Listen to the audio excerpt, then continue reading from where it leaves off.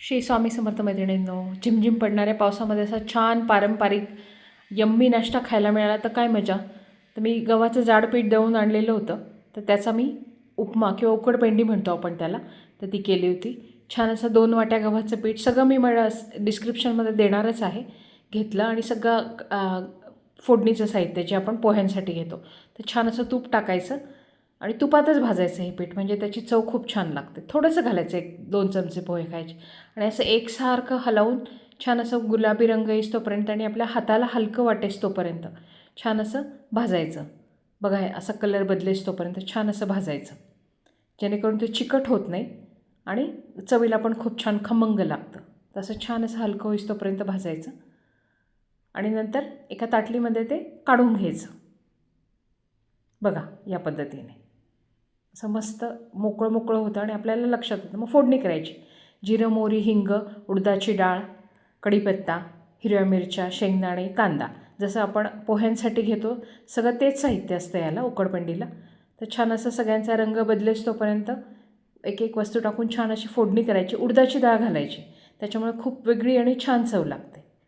एकसारखं असं गुलाबी रंग येईस्तोपर्यंत ही फोडणी परतवायची आणि मग हळद घालायची त्याच्यामध्ये आणि पिठामध्ये मीठ आणि साखर टाकून घ्यायची. ते बघा, छान असं हळद टाकून 1-2 मिनटं परतवायची, म्हणजे हळद छान फुलून जाते आणि त्याचा वास पण छान येतो आणि चव पण छान लागते. आणि मग ते पीठ घालायचं त्याच्यामध्ये भाजलेलं, त्याच्यात मीठ साखर ऑलरेडी टाकली आपण आणि ते एकसारखं असं तेलात आणि फोडणीत मिक्स होईस्तोपर्यंत परतवून घ्यायचं 1-2 मिनटं. म्हणजे पाणी टाकल्यावर सगळं एकसारखी चव पण लागते आणि मग मिक्स करायला जास्त वेळ लागत नाही. छान असं परतवून घ्यायचं आणि एका बाजूला मी पाणी उकळवायला ठेवलेलं आहे. नेहमी लक्ष ठेवायचं की ह्या उकडपेंडीमध्ये उकळतं पाणी टाकायचं. आमच्याकडे थोडी ओली आवडते म्हणून मी जास्त पाणी टाकले. तुम्ही तुमच्या अंदाजाने पाणी टाका. तुम्हाला जर थोडी कोरडी हवी असेल तर कमी पाणी टाका. आणि ते पीठ आटेस तोपर्यंत छान असं एकसारखं हलवून घ्यायचं आणि त्याच्यामध्ये नंतर मग 1-2-3 पळ्या साजूक तूप टाकायचं. याच्याने साजूक तूप टाकल्याने खूप सुरेख चव लागते. म्हणजे आपल्या रव्याच्या उपम्यामध्ये सुद्धा जर तुम्ही टाकलं तर छान असा मोकळा मोकळा येतो आणि एक वेगळी अशी खमंग चव लागते. मी नेहमी टाकते.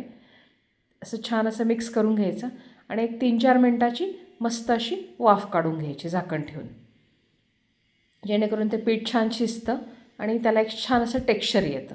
आणि नंतर कोथिंबीर टाकायची भरपूर अशी, छान असं मिक्स करायचं, थोडंसं गॅस मोठा करून आणि लिंबू, खोबरं तुम्हाला जे आवडेल त्याच्यावर टाकून आणि छान असं खायचं. खूप छान लागतं चवीला.